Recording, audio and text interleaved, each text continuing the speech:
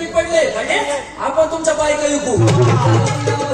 काही फरक नाही पडत असाच कर बायका येईल दाखवू विकून तुझी बायको पाठव माझ्याकडे आपला मित्र गणेश माडिक पुणेकर त्याला गणेश माडिक पुणेकर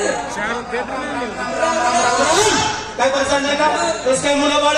म्हातारा म्हातारी तुमचं गाव कोणतं म्हटले सातबाराचा उतारा कारखाना आमची गाव कोणती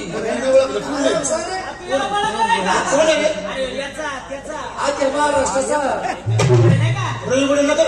रवी तू काय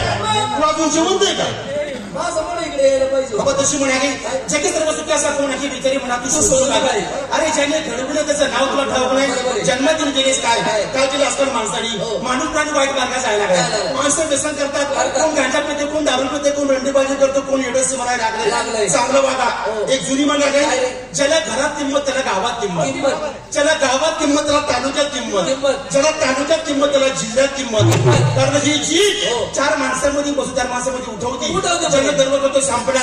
नानाकडे खेडेगाव सोडा कोण माहित नाही का बॅनर लागले निवडून आलो ना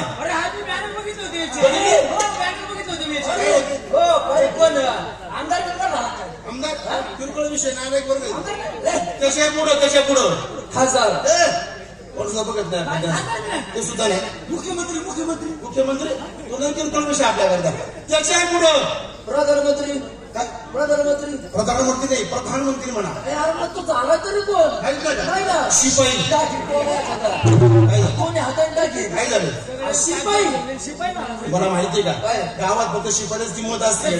बघा तुम्ही गावात एखादा कार्यकर्ता पहिले कोणी विचारतो गावात पाणी कोण सोडतो शिपाई शाळा कोण उघडतो शिपाई काम शिपाई करतो तुमच्या घरी कोण येतो शिपाई येतो का नाही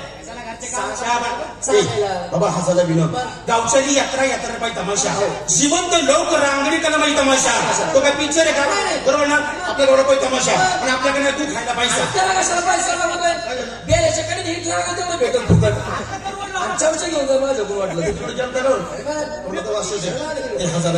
आपल्याकडे